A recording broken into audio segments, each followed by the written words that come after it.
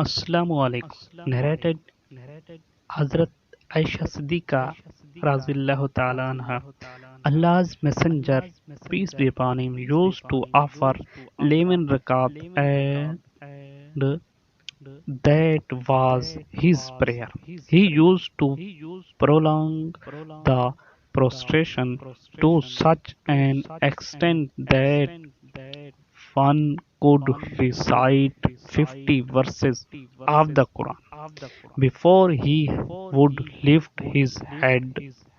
He used to pray 2 rakat at Sunnah before the Fajr prayer and then used to sleep down on his right side till the call maker came and informed his about the prayer.